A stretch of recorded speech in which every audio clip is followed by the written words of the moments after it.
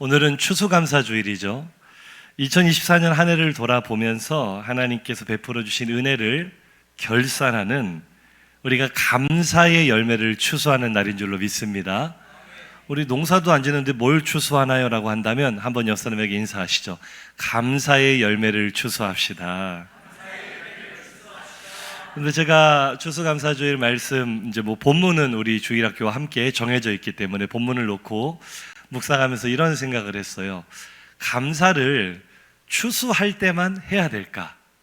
추수 때는 자연스럽게 감사가 나오잖아요. 소출이 있으니까요. 눈에 보이는 결과가 있으니까 감사할 수 있는데, 성경은 우리에게 감사를 어떤 시점에 열매가 있을 때 해라 라고 말하지 않습니다. 성경을 한번 볼까요? 데살로니가전서 5장 16절 이하 18절까지 보시면 너무나 잘 아시는 말씀, 항상 기뻐하라, 쉬지 말고 기도하라. 그 다음에 언제 감사하라고요?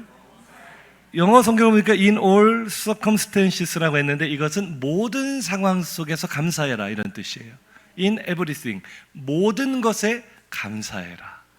그러니까 감사는 추수 때만 하는 것이 아니고, 주일날 설교 전에 인사할 때만 하는 것이 아니고, 우리의 삶의 모든 순간에 하는 것이 되어야 될 줄로 믿습니다.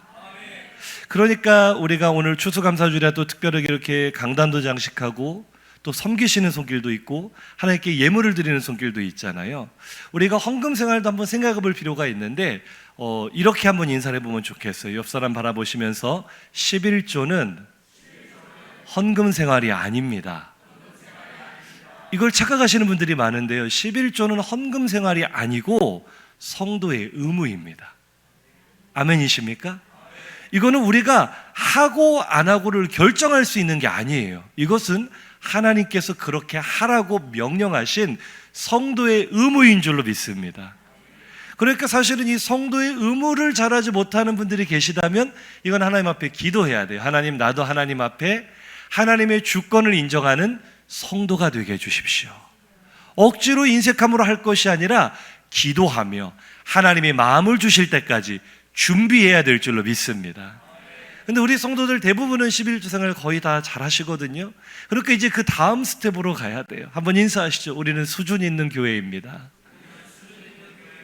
11조 생활, 성도의 의무를 하는 것으로 나는 헌금 생활 잘하고 있다라고 생각하시는 분이 계시다면 그 의무 다음부터가 진짜 헌금 생활인 거예요. 하나님께 내가 감사 생활을 어떻게 하고 있는가? 내가 하나님 나라 확장을 위하여 선교 예물을 어떻게 드리고 있는가?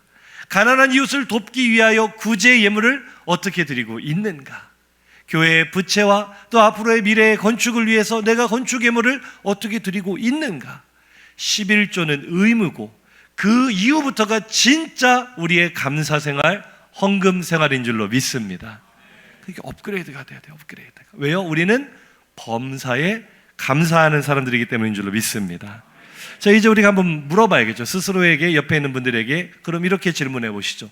범사에 감사하고 계십니까? 이 말은 모든 상황 속에서 모든 일에 감사하고 계십니까?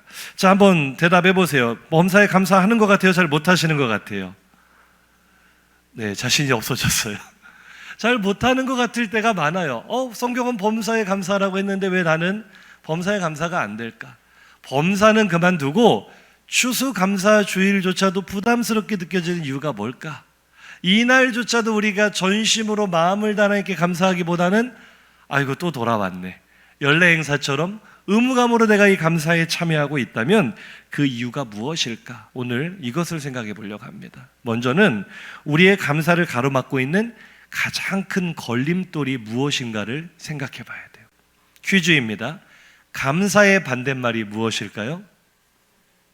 네, 제일 먼저 나오는 답변이 불평이었어요. 불평, 원망.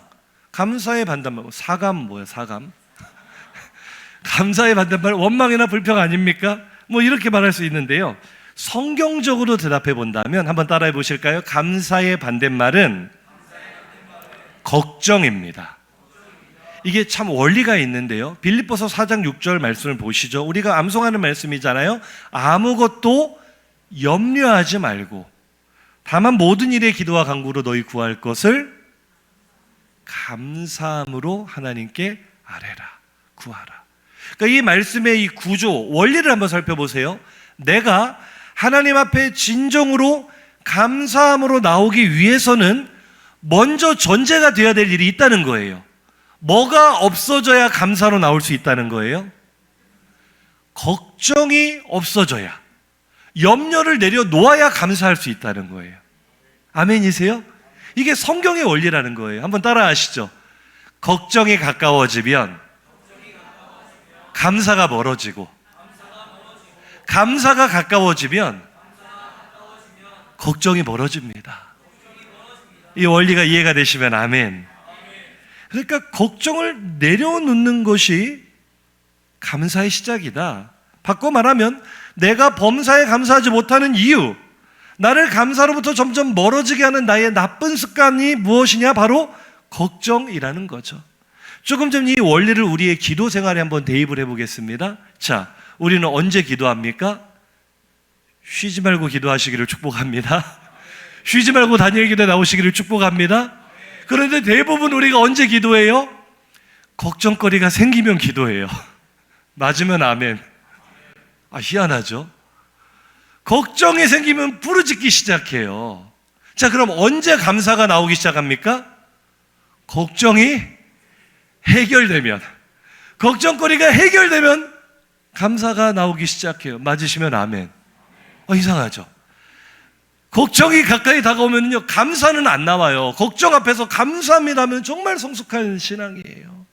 사자굴에 다니엘을 집어넣겠다 조서가 내려졌을 때 그것을 바라보며 감사하는 다니엘의 신앙은 정말 대단한 신앙이에요.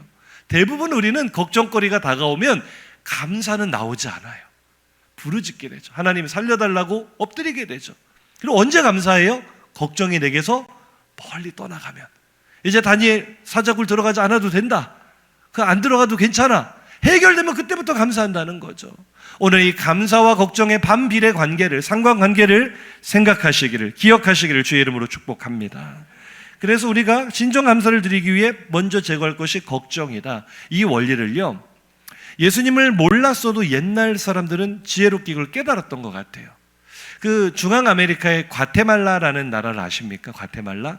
어제도 제가 과테말라 커피를 마셨는데, 과테말라가 옛날 잉카 제국, 잉카 문명의 후예가 오늘날의 과테말라라는 나라인데요, 이 나라의 풍습 가운데 걱정 인형이라는 게 있어요. 걱정 인형. 아마 우리는 어떤 보험사 광고로 이거를 더 이렇게 가까이 접하셨을 텐데요, 이게 그 잉카 문명의 풍습이에요. 풍습. 이게 뭐냐면, 옛날에는 옷을 다 천을 가지고 옷을 이렇게 짰잖아요. 옷을 만들었잖아요. 옷을 만들고 나면 천 쪼가리가 조금 남는데 이걸 버리기가 아까운 거예요. 그래서 이 사람들이 손가락 크기만한 작은 인형들을 그 남은 천 쪼가리로 만들기 시작했어요. 그래서 6개 내지 7개의 한 세트를 만들어서 아이에게, 자기 자녀에게 선물해 주는 거예요. 그러면 아이들이요, 천진난만하고 걱정이 없을 것 같지만, 사랑하는 성도님들, 우리 아이들도 걱정이 많습니다. 앞으로 환율이 어떻게 될 것인가? 이 나라 경제가 어떻게 될 것인가? 이런 걱정은 아니더라도 아이들도 굉장히 많은 걱정이 있어요. 우리 유초등부 앞에 아이들이 있는데 걱정 있어요, 없어요? 봐봐요, 이때잖아요, 이때잖아요. 굉장히 근시스럽게 저를 바라보면 걱정이 있대요. 이 아이들에게 걱정 인형을 선물을 해주는 거예요. 그러면 아이들은요, 그 걱정 인형 하나를 꺼내서 하루에 한 가지씩, 이 한 개의 걱정 인형에게 나의 걱정을 자기 전에 말하는 거예요. 나는 이런 걱정이 있어 라고 말을 하고 그 인형을 베개 속에 넣고 잠드는 거예요. 그럼 부모님 아이가 잠든 사이에 그 걱정 인형을 싹 빼가지고 다른 안 보이는 곳에 옮겨 놓습니다. 아이가 일어나서 엄마 걱정 인형이 사라졌어요 라고 깜짝 놀라 하면 엄마가 그때 해주는 말이 있어요. 너의 걱정은 그 걱정 인형이 다 가지고 갔어. 이제는 걱정하지 않아도 돼. 안심해도 돼. 이게요, 굉장히 심리적으로도 치유 효과가 있다고 밝혀져서요, 오늘날에도 아동 심리학에서 이것을 치유 도구로 많이 사용을 한다 그래요. 너의 걱정을 걱정 인형이 가져갔다. 그러니까 뭐를 아는 거예요? 이 진리를 아는 거예요. 걱정이 멀어질 때 우리가 감사하는 삶을 살 수 있고 행복한 삶을 살 수 있다. 걱정이 멀어져야 될 줄로 믿습니다. 그러나 우리는 알고 있죠. 걱정은 그렇게 쉽게 사라지지 않는다는 것을. 그래서 어른들이 슬픈 거예요. 걱정 인형 선물해줘도 시큰둥할 거예요. 왜냐? 걱정 인형이 내 걱정을 가지고 갔어요, 어젯밤에. 그래도 우리는 어떻습니까? 우리는 눈만 뜨면 또 새로운 걱정으로 하루를 시작을 합니다. 어떤 권사님이 감자 농사를 지으셨는데요, 작년에 비가 많이 왔잖아요. 비가 너무 많이 와서 감자 농사는 비가 많이 오면 망한대요. 감자 농사 망했다고 걱정이 이만저만이 아니랍니다. 그래서 목사님이 신방을 해가지고 막 위로를 해줬어요. 권사님, 하나님께 맡기시고 하나님께서 또 다른 복을 주실 거예요. 위로를 해도 위로가 안 돼요. 목사님, 올해 농사 완전히 망했습니다. 감자가 다 썩어버렸어요. 앞으로 난 뭘 먹고 살아야 돼요? 애들 학비는 어떻게 해야 돼요? 대출금은 어떻게 갚아야 돼요? 걱정이 이만저만이 아니라 목사님이 권사님 달래느라 애를 먹었어요. 그리고 어찌저찌가 2024년 올해가 됐는데, 올해는 날씨가 참 좋았거든요. 햇빛도 적절하고 기온도 적절하고 비도 별로 안 오고 감자 농사의 최적의 이 환경이 만들어진 거예요. 그래서 감자 농사를 지은 집마다 대박이 났답니다. 풍년이라고 너무 막 입이 귀에 걸릴 정도로 좋아하는 거예요. 그래서 목사님이 마음이 안심이 돼가지고 권사님 또 신방해가지고, 권사님, 올해는 농사가 잘 됐으니까 걱정이 없지요? 라고 물어봤어요. 우리 권사님이 뭐라고 대답한 줄 아세요? 목사님, 작년에는 썩은 감자가 많이 나와서 그걸로 돼지 밥을 줬는데 올해는 썩은 감자가 하나도 안 나와가지고 돼지 밥을 뭐를 줘야 될지 걱정입니다. 인사합시다. 걱정은 불치병입니다. 농사가 안 돼도 걱정, 잘 돼도 걱정, 부유해도 걱정, 가난해도 걱정. 부유하면 걱정이 없을 것 같죠? 우리 청년들 한번 대답해 보세요. 재산이 많아지면 걱정이 없을 것 같죠? 오늘 본문이 그게 아니라고 말해주고 있어요. 오늘 본문의 발단이 되는 사건이요, 누가복음 12장 13절 이하의 말씀인데요, 어떤 사람이 무리 중에 갑자기 예수님 앞에 뛰어나와 이런 청탁을 합니다. 선생님, 내 형을, 13절부터 보세요. 내 형에게 명령해 주십시오. 뭐라고? 유산을 동생과 나눠라. 너 혼자 다 먹지 말고 동생과 나눠라. 그때 주님께서 기가 막혀 하시면, 내가 니들 재산 분할해 주는 변호사냐 말씀하시면서 탐심을 물리쳐라. 탐심을 물리쳐라. 이 말이 뭐냐면요, 네 안에 걱정이 너무 많구나. 더 가지고 싶어하는 걱정이 너를 사로잡고 있구나. 너 그러면 불행하게 살 거야. 그 걱정을 물리쳐야 돼. 걱정을 물리쳐야 돼. 이 사람은요, 부모에게 물려받을 재산이 있는 사람이었어요. 자, 그럼 이게 감사할 일이에요? 걱정할 일이에요? 감사할 일이죠. 저처럼 물려받을 거 아무것도 없는 흙수저도, 안 그렇게 생겼지만 흙수저예요. 제가 비록 다이아몬드 수저같이 생겼지만 실제로는 흙수저예요. 그래도 감사하고 사는데 물려받을 재산이 있어요. 감사해야 돼요? 걱정해야 돼요? 부유한데도 걱정이 돼요. 희한하죠. 부유하다고 걱정이 없는 게 아닙니다. 많은 걸 가졌어도요, 가진 사람은 가진 사람의 걱정거리가 있어요. 잘 모르시는 표정일 줄 알았어요. 우리는 가진 게 없기 때문에. 하지만 가진 사람들은 가진 사람들의 걱정이 많다니까요. 많아요. 이 유산을 형이 다 가져가면 어떡하지? 나에게 조금만 떼어주면 어떡하지? 걱정이 감사를 막고 있으니까 이 사람은 행복했을까요? 불행했을까요? 불행한 거예요. 걱정이 감사를 빼앗아가고 행복을 빼앗아가는 거죠. 그래서 주님이 탐심을 물리쳐라, 걱정을 물리쳐라, 이 말은요, 소유의 많고 적음이 너를 행복하게 하는 것이 아니라 하나님께 감사하는 것으로부터 행복이 시작된다는 말씀인 줄로 믿습니다. 그런데 부유에도 걱정이 있다는 말은 우리가 조금 피부에 와닿지는 않지만, 이제 우리 이야기를 좀 해볼까요? 그러면은 부유하지 않으면 걱정이 많아요, 적어요? 그렇죠, 더 많죠. 가난하면 걱정이 더 많아요. 그런데 주님이, 우리가 다 상식적으로 가난하고 가진 게 없으니까 걱정이 많죠, 주님 이라고 말할 수 있는데, 그런 우리에게 주님이 해주시는 말씀이 22절부터 말씀입니다. 한번 보시죠. 제자들에게 이르시되, 제자들 가난하잖아요. 다 버리고 주님 따라왔잖아요. 그러므로 내가 너에게 이르노니 너희 목숨을 위하여 무엇을 먹을까? 몸을 위하여 무엇을 입을까? 염려하지 마라. 걱정하지 마라. 아니, 여기까지 한번 볼게요. 가난하고 궁핍해서 하는 걱정은요, 아주 원초적인 걱정이에요.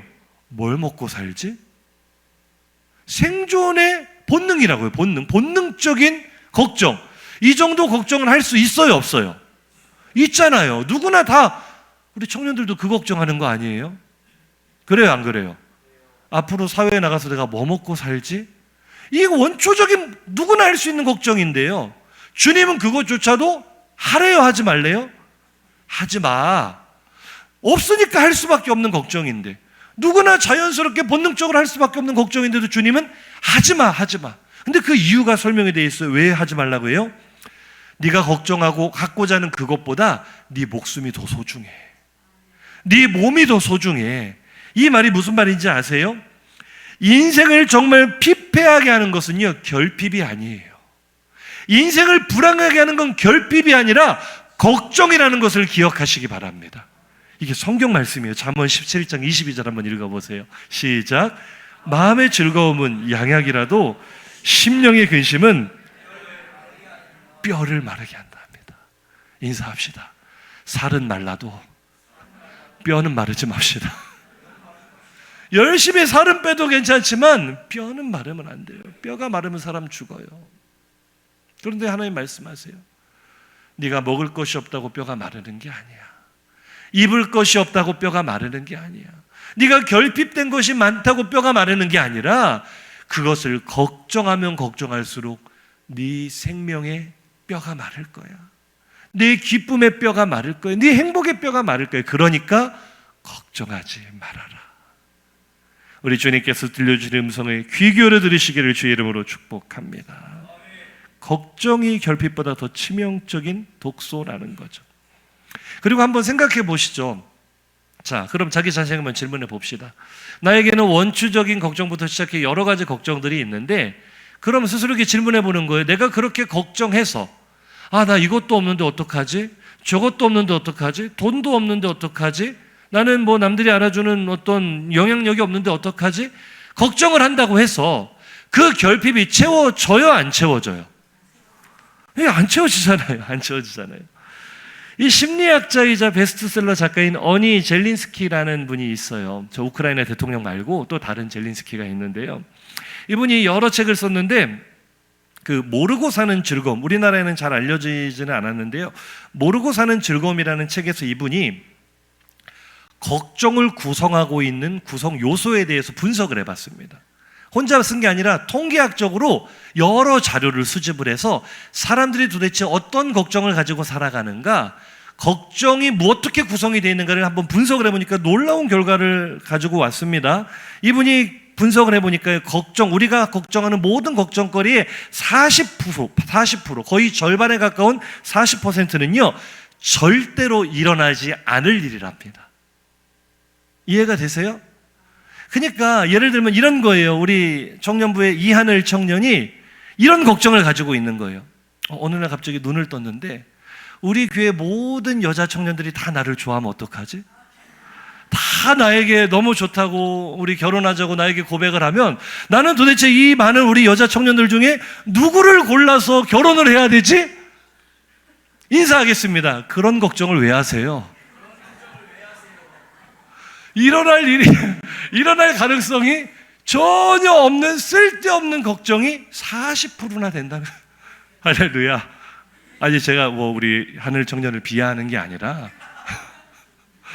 어쩌다가 우리 청년들 중에 좀 신실한 자매들이 좋아해 줄 수는 있지만 모든 자매가 하루아침에 다 자기를 좋아한다는 건 일어날 가능성이 너무 그렇게 또 없다고 하시면 좀 슬픈데요. 없죠. 우리가 이런 거를 40%나 머리 위에 짊어지고 걱정하며 산다는 거 일어날 일도 아닌데, 그리고 또 다음으로 보니까 그 다음으로 많은 퍼센테이지가 30%는요 이미 일어나 버린 일이랍니다. 이미 일어나 버린 일. 그러니까 어떤 분들은 요즘 이런 걱정을 많이 해요. 목사님 큰일 났어요. 트럼프가 미국 대통령이 돼가지고 이제 우리나라 망했어요. 이런 분들이 있거든요. 근데 뭐 어떡해요. 됐잖아요 이미. 내가 걱정하면 대통령 하야 합니까? 내가 걱정해도 이미 일어난 일은요 어쩔 수 없어요. 그냥 하나님이 흘러가게 하시는 역사의 수레바퀴들을 흘러갈 뿐이에요. 이해가 되시면 아멘. 일어날 가능성이 전혀 없는 일 가지고 걱정이 40%, 이미 일어나 버려서 내가 걱정한다고 바꿀 수 없는 일을 가지고 30%, 70%가 걱정 하나만 한 일들을 가지고 우리가 걱정을 한다는 거예요. 그럼 세 번째로 많은 건 뭐냐? 걱정의 22%는요, 아주 사소한 일이랍니다. 아주 사소한 일, 이런 거예요. 오늘 목사님 설교가 좀 길어지는데, 저 밖에 지금 꼬마 김밥이 씻고 있는데 어떡하지? 오늘 우리 셀이 끝나고 대화감으로 야유회를 가기로 했는데, 이 설교가 늦게 끝나서 우리가 좋은 자리 다 놓치고, 사람 많아서 그럼 어떡하지? 여사님에게 인사하겠습니다. 걱정하지 않아도 어떻게든 됩니다.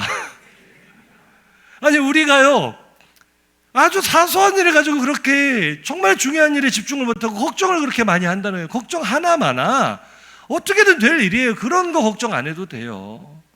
그 다음 마지막으로 4%는요, 4%는 내가 아무리 걱정해도 내 힘으로 어쩔 수 없는 일을 가지고 걱정을 한다는 거예요. 올 여름 유난히 더웠잖아요. 유난히.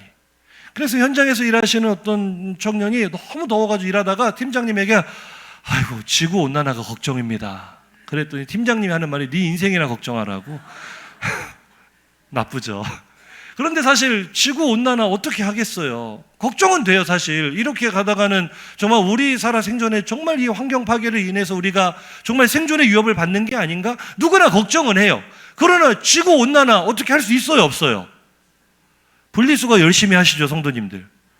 세계 나가보시면은요, 참 대한민국 사람들 착하다는 걸 느끼실 수 있는데요, 미국 한번 가보세요. 우리가 분리수거 아무리 열심히 해도 미국 가면은요, 딱 이 생각이 듭니다. 지구는 미국 놈들 때문에 망하겠구나. 미국은요, 땅이 넓고 쓰레기 매립할 데가 많으니까 분리수거의 개념이 없어요. 뭐 음식물이든 플라스틱이든 뭐든 전부 다 쓰레기통, 쓰레기 박스에 다 집어넣어요. 그러니까 우리가 아무리 걱정하고 염려해서 뭐 분리수거를 하고 환경 파괴, 탄소 배출을 막아야 돼 해도요, 미국, 인도, 중국 이런 나라들이 움직여주지 않으면 지구온난화 못 막아요. 인사합시다. 걱정해도 소용없습니다. 그러니까 보세요. 40%, 30%, 22%, 4% 더하면 도합 96%가 우리가 걱정하는 모든 걱정거리의 96%가 쓸데없는 걱정이라는 게 심리학자가 분석한 통계학적 분석이라고요. 인사합시다. 왜 걱정하십니까? 하나만한 걱정을 우리는 진짜 우리가 걱정하면서 바꿀 수 있는 것은요 4%밖에 안 되는 거예요. 4%. 할렐루야. 걱정해서 해결된 문제 있어요, 없어요? 대답 한번 해보세요. 내가 그래서 걱정해서 해결된 문제가 있어요, 없어요? 그래서 일본의 유명한 심리상담 전문가인 오시마 노부요리라는 분이요, 자신의 임상 경험을 토대로 이런 책을 썼어요. 오늘 설교 제목이기도 하죠. 걱정을 해서 걱정이 없어지면 걱정이 없겠네. 무슨 말이에요? 이게 오늘 굉장히 성경적이에요. 이 말이 이 노부요리가 처음 한 말이 아니고 뭐 티벳 속담이 원조라고 하는데, 제가 볼 땐 티벳 속담도 원조가 아니고 예수님이 원조예요. 오늘 본문에 똑같은 말씀하시거든요. 25절 시작. 또 너희 중에 누가 염려함으로 그 키를 한 자라도 더할 수 있느냐. 그러니까 예수님이 이 책을 쓰셨으면 제목이 어떻게 돼요? 걱정을 해서 키가 큰다면 키 작은 사람이 없겠네. 걱정을 해서 뭐가 달라질 수 있느냐는 거예요. 우리는 그런데 그 필요 없는 걱정을 계속하면서 감사를 잃어버리고 불행해진다는 거죠. 그래서 오늘 본문은 이 짧은 본문 속에 주님께서 염려하지 마, 근심하지 마, 염려와 근심에 대한 이야기를 계속 반복하세요. 세보세요. 계속 반복하세요. 계속. 그런데 오늘 우리가 이 주님의 음성을 귀 기울여 들어야 되거든요. 주님은 그냥 무책임하게 걱정하지 마, 잘 될 거야, 다 잘 될 거야, 이렇게 말씀하시는 분이 아니고요.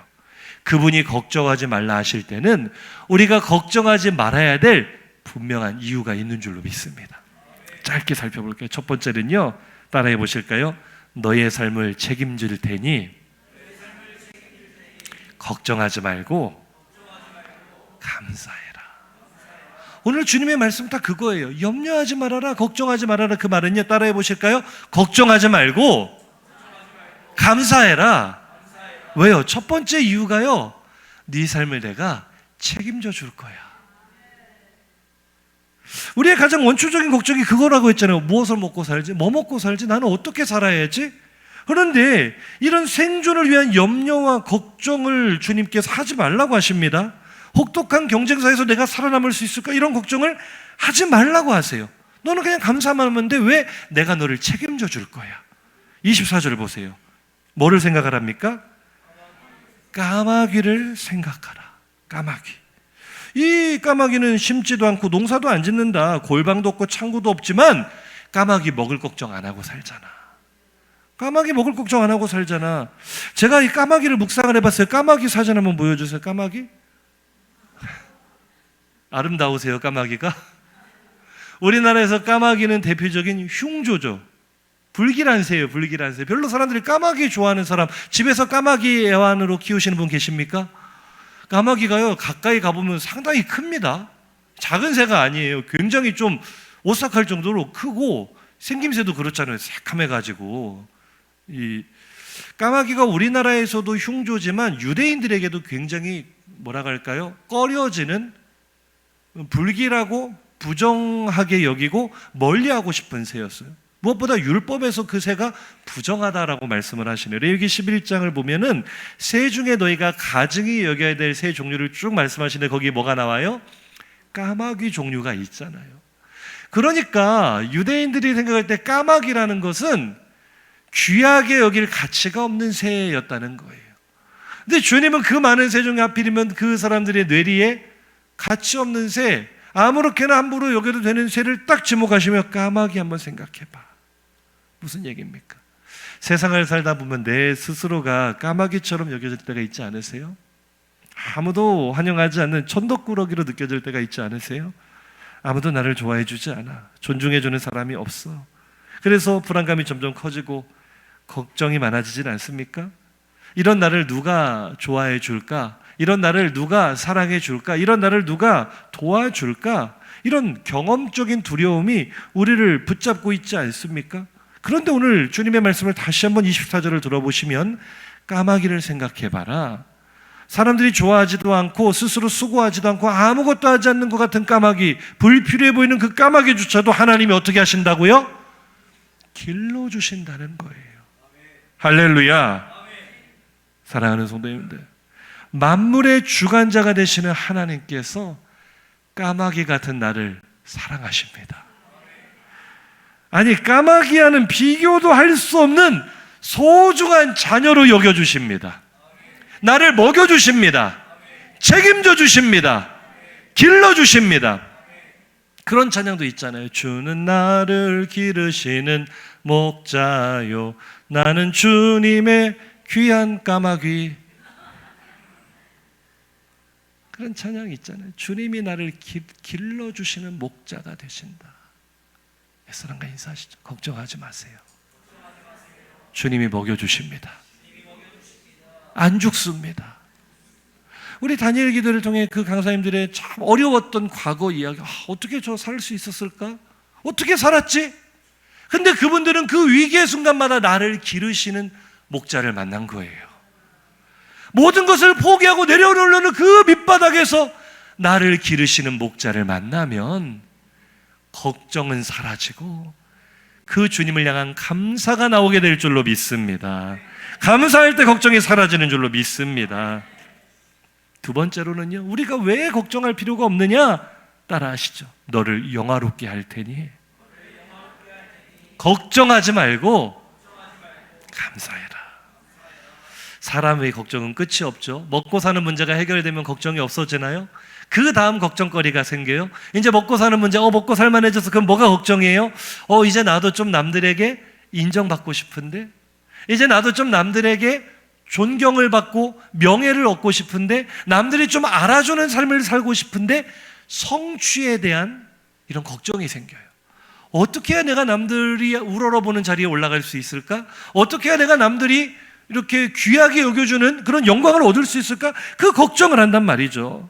그런데 주님은 그런 성취욕을 가지고 걱정하고 있는 우리에게 걱정하지 마라고 말씀하세요. 왜요? 내가 너를 영광스럽게 하리라는 거예요.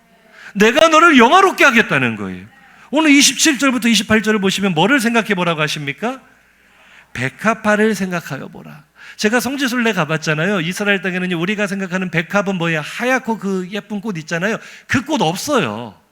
이 백합화는 우리가 생각하는 그 백합을 말하는 게 아니라 그냥 쉽게 100가지 꽃이라고 생각하면 더 이해가 빠르실 거예요. 이스라엘 사막 땅이지만 우기가 오면은요, 그 사막 땅의 들에 이름 모를 들풀들이, 들꽃들이 막 펴요. 그 사막에서 보는 꽃이 참 아름답거든요. 근데 사실 그냥 보면서 예쁘다고 지나가지만 우리는 그 꽃들의 이름도 몰라요. 꽃들에 관심도 없어요. 그냥 들풀들 하찮은, 그러니까 이 백합화와 대꾸를 이루는 게 28절의 들풀이에요. 들풀. 너희가 아궁이에 그냥 던져버리는 하찮은 들풀, 그게 백합화다, 그 말이거든요. 근데 하나님은 이 들풀을 방치해 놓으신 게 아니라, 사람들은 뭐야 들풀이잖아, 뭐 이름도 모르는 사람 쪽에 뭐야, 이렇게 생각할 수 있지만 하나님은 그 들풀을 영광스럽게 옷 입혀 주시는데, 어느 정도의 영광이요? 인류 역사상 가장 부귀영화를 누렸다는 솔로몬이 입은 옷도 하나님이 입혀주시는 영광에는 택도 없다, 그 말씀이에요. 솔로몬의 영광보다 더 영광스러운 영광으로 내가 너를 옷 입혀주리라. 하나님, 내가 높아지려 하지 않아도 하나님께서 우리를 높여주십니다. 내가 존중받으려 하지 않아도 하나님이 우리를 존중받게 하십니다. 할렐루야. 그 말씀 한번 생각해보면 로마서 8장 30절에 보시면 우리를 죄악에서 건져주신 은혜, 불러주신 은혜가 얼마나 감사해요. 사실은 죽을 수밖에 없는 죄인을 생명으로 끌어주신 것만 해도 감사하잖아요. 근데 하나님의 은혜는요, 부르시고 해서 끝나지 않아요. 부르신 우리를 의롭게 하신답니다. 거기서 끝나지 않아요. 의롭게 하신 우리를 영화롭게 하기까지. 할렐루야. 영화롭다라는 말은 하나님께만 쓰는 단어예요. 하나님을 영화롭게 하는 것이 우리 삶의 목적이에요. 맞죠? 근데 하나님은 우리를 하나님처럼 존귀하게 하시겠답니다. 사람 중에 뛰어난 정도가 아니라 하나님이 받으시는 영광스러움을 우리에게 옷 입혀 주시겠다고 하는 거예요. 그게 그리스도로 옷 입은 우리들의 신분이고 정체인 줄로 믿습니다. 할렐루야. 내가 높아지려 걱정할 필요가 없다는 거예요. 제가 다니엘 기도를 계속 간증을 들으면 그런 생각을 해서 나도 나의 과거를 생각해 보니 나도 청소년기에, 청년기에 나 스스로를 가장 비천한 자로 여겼었는데, 정말 사람 구실하지 못하고 미래의 꿈도 없고 아무 소망도 없는 그런 인생, 나는 이대로 여기서 인생이 끝나도 아무도 아쉬워하지 않을 거야 라고 생각했던 그런 비참한 인생이었는데, 시간이 흐르고 이 더러운 죄인에게 행하신 하나님의 은혜를 생각해 볼 때 하나님은 저를 그 망가진 인생에서 회복시켜 주신 것에서 끝난 것이 아니라 가장 영광스러운 자리, 복음의 능력으로 영혼을 살리고 영혼을 복되게 하는 영화로운 자리로 저를 부르셨더라고요. 누가 하셨어요? 하나님이. 내가 너를 높여주리라. 내가 너를 세계 모든 민족보다 더 높여주리라. 할렐루야. 하나님이 나를 영화롭게 하실 것을 믿는 성도는 걱정하지 않습니다. 경쟁에서 뒤처질까 봐 걱정하지 않습니다. 자녀들이 수능에서 좋은 점수를 못 받아 좋은 대학에 못 들어갔다고 걱정하지 않습니다. 서울 대학 들어간 옆집 순이보다 우리 딸을 더 높여주실 것을 믿기 때문입니다. 더 영화롭게 하실 하나님을 신뢰하기 때문입니다. 우리가 그 하나님을 향해 감사할 때 우리의 모든 걱정이 사라지게 될 줄로 믿습니다. 마지막으로 우리가 감사해야 할 수밖에 없는 이유는요, 따라하시죠. 너의 필요를 알고 있으니 걱정하지 말고 감사해라. 우리가 먹고 사는 문제, 또 성취의 문제가 해결된 뒤에도 우리의 걱정은 끊이지 않아요. 크고 작은 우리의 삶에 많은 필요들이 발생을 하고 우리는 그것들을 채우기 위해 걱정합니다. 그런데 하나님께서 말씀하세요. 내가 알고 있다라고 말씀하세요. 그런데 오늘 이 말씀을 오해하면 안 돼요. 내가 너의 원대로 채워줄 테니 걱정하지 마가 아니에요. 우리는 채워짐이 걱정이 사라지는 거라고 생각하거든요. 아닙니다. 채워지면 또 다른 욕심이 걱정으로 우리를 둘러싸요. 하나님은 지금 우리와의 관계를 말씀하고 있는 거예요. 내가 알고 있어. 너에게 뭐가 필요한지 내가 알고 있어. 우리는 물어봐요. 하나님 아시는데 왜 안 주세요? 아시는데 왜 저를 이렇게 방치해 놓으세요? 그러나 때로는 물질이 필요한데 나에게 궁핍을 주시고, 건강이 필요한데 내게 질병을 주시고, 나는 사랑이 필요한데 내게 외로움을 주시는 하나님이 이해가 안 될 때가 있죠. 그런데요, 내가 원하는 것을 줄 때보다 우리가 더 힘과 용기를 얻는 순간이 언제인 줄 아세요? 하나님이 나를 기억하고 계시고 나의 안고 일어섬을 알고 계시며 그분이 지금 내게 공급하시는 모든 것들이 때로는 내가 원하는 것이 아닐지라도 사실은 그것이 내게 가장 유익한 것이구나, 이거를 깨닫게 될 때, 나는 돈을 달라 그랬는데 하나님은 내게 가난을 주셨어요. 그러면 이게 믿음이 어릴 때는 원망이 되거든요. 하나님 어떻게 이러실 수가 있느냐. 그런데 하나님의 음성을 듣잖아요. 내가 너를 알고 있어. 내가 너를 내 손바닥 위에 올려놓고 날마다 바라보고 있어. 이 관계성을 깨닫게 되면은요, 그분이 내게 가난함을 주셔도, 연약함을 주셔도, 낮아짐을 주셔도 걱정이 되지 않아요. 하나님 한 분만으로 만족하게 돼요. 그분이 나를 알고 계시다는 그 관계가 나를 다시 일어나게 하는 줄로 믿으시기 바랍니다. 사랑과 관심이요, 그가 나를 알고 계시다는 그 사랑과 관심이 걱정을 이기는 담대함과 용기를 주는 줄로 믿습니다. 이렇게 한번 예를 들어볼게요. 지난주에 우리 교역자들이 생일이 겹쳤어요. 그래서 제가 그래도 교역자들인데 뭐 필요한 게 없을까 좀 이렇게 생각을 해보다 보니까, 이제 남자는 잘 모르는데 우리 여성들이 되게 섬세하잖아요. 우리 사모님이 그러더라고요. 그래도 우리 여자 전도사님은 센스가 있고 자기가 필요한 옷도 사서 입고 이렇게 하는데 우리 남자 교역자들 너무 불쌍하다. 날이 추워지는데 양복도 여름철에 입는 얇은 양복 한 벌밖에 없어서 너무 안쓰럽다. 아 그래? 그럼 양복을 사줘야지. 어제 우리 김한결 전도사님 서울에서, 김한결 전도사님 아직 생일도 아니었거든요. 한 달 땡겨서 서울에서 오자마자 나와 해가지고 우리 남자 교역자들 데리고 가서 제가 또 이 정장을 한 벌씩 사줬잖아요. 참 좋은 목사님 아닙니까? 아니, 박수 받으려고 한 게 아니고요. 그게 중요한 게 아니에요. 그게 아니에요. 그리고 제가 우리 교역자들 표정을 보니까 되게 감동받은 표정이에요. 자, 퀴즈입니다. 교역자들은 왜 감동받았을까? 정장이 너무 좋아서 1번. 2번. 목사님이 나를 생각하고 있다는 그 마음 때문에 감동이 됐어요. 어떻게 그렇게 잘하세요? 물어보셨어요? 우리는 내가 필요한 것을 받으면 그것이 내게 감사의 조건이 될 것 같은데요, 아니에요. 우리에게 정말 필요한 건 물질이 아니에요. 공급되는 게 아니에요. 나를 누군가 기억하고 있어. 나를 누군가 바라보고 있어. 내 필요를 알고 있어.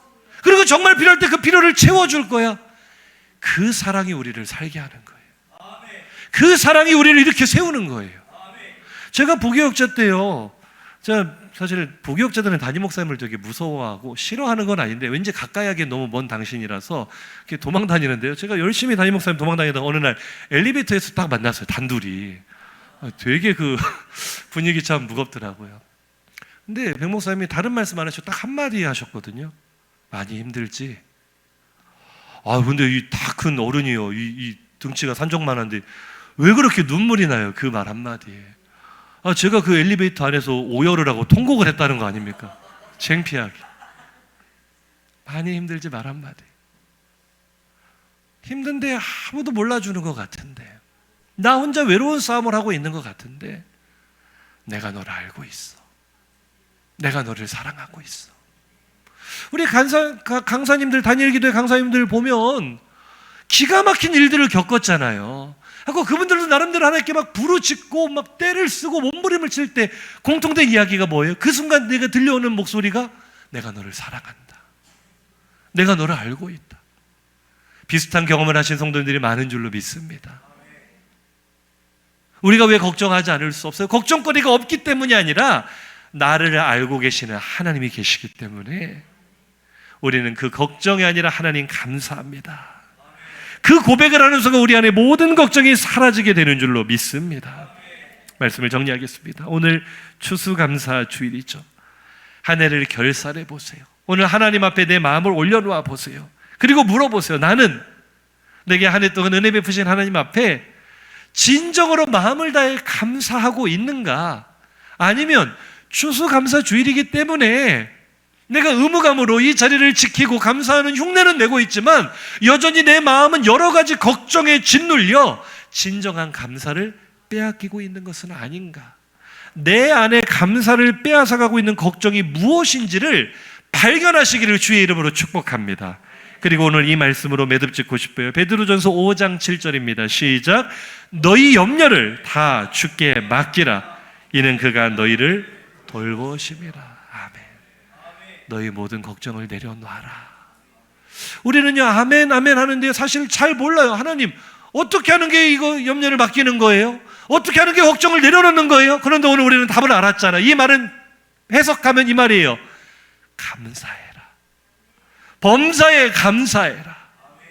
힘든 일을 만나도, 안개가 내 앞길을 콱 막고 앞길이 보이지 않는 답답한 일을 겪고 있어도, 모든 소망을 잃어버린 절망의 골짜기를 지나고 있어도 하나님 감사합니다. 모든 상황 속에서 감사합니다. 그것이 나의 염려를 하나님께 맡기는 것이고, 그때 우리의 삶에 진정한 행복이 찾아온다는 사실을 기억하시기 바랍니다. 같이 외치고 마칠까요? 감사하면 걱정이 없겠네. 감사할 때 걱정이 사라지겠네. 이렇게 승리하는 한 주 되시기를 예수 이름으로 축복합니다. 들은 말씀 생각하며 우리 결단의 찬양으로 하나님께 나가겠습니다. 하나님, 이 찬양의 제목이 아침 한개 눈 앞 가리고가 아니고 언제나 주님께 감사해가 원래 제목이에요. 한번 따라해 보시죠. 언제나 주님께 감사합시다. 옆 사람에게 힘들어도 감사합시다. 슬퍼도 감사합시다. 어려워도 감사합시다. 걱정이 사라질 겁니다. 행복해질 겁니다. 찬양하시죠. 아침 한개 눈앞 가리듯 나의 약한 믿음 의심 쌓일 때 부드럽게 다가온 주의 음성. 주님이 오늘 말씀하십니다. 아무것도 염려하지 마라. 빗줄기에 바위 패이듯 소망이 사라지고 계시겠고, 나의 작은 소망 사라져갈 때 그때 우리 주님이 찾아오십니다.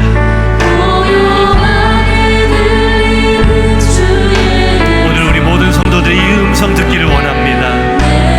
너를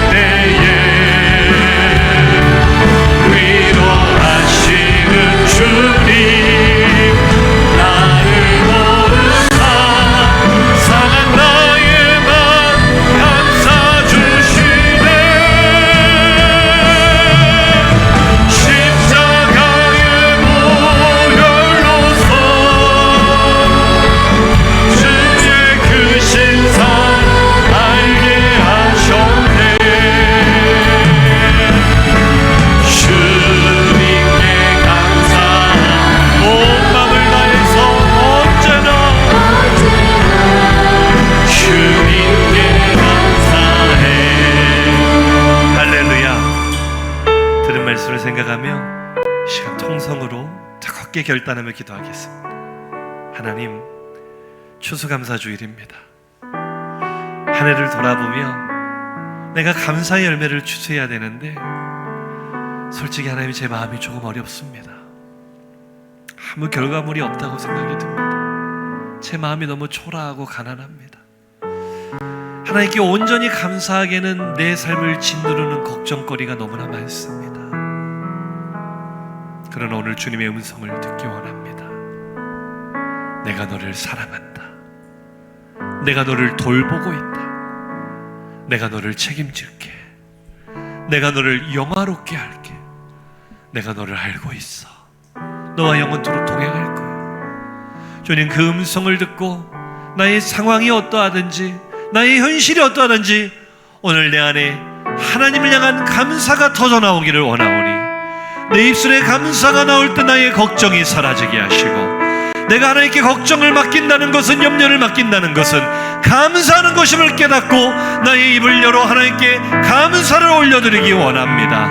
하나님이 나의 아버지 되심에 감사하기를 원합니다. 하나님이 나를 책임져 주심에 감사하겠습니다. 나를 영화롭게 하심에 감사하겠습니다. 나를 알고 계심에 감사하겠습니다. 오늘 감사할 때 나의 걱정이 사라지는 기적을 경험하게 하여 주시옵소서. 주여, 한번 부르짖고 통성으로 기도합시다. 주여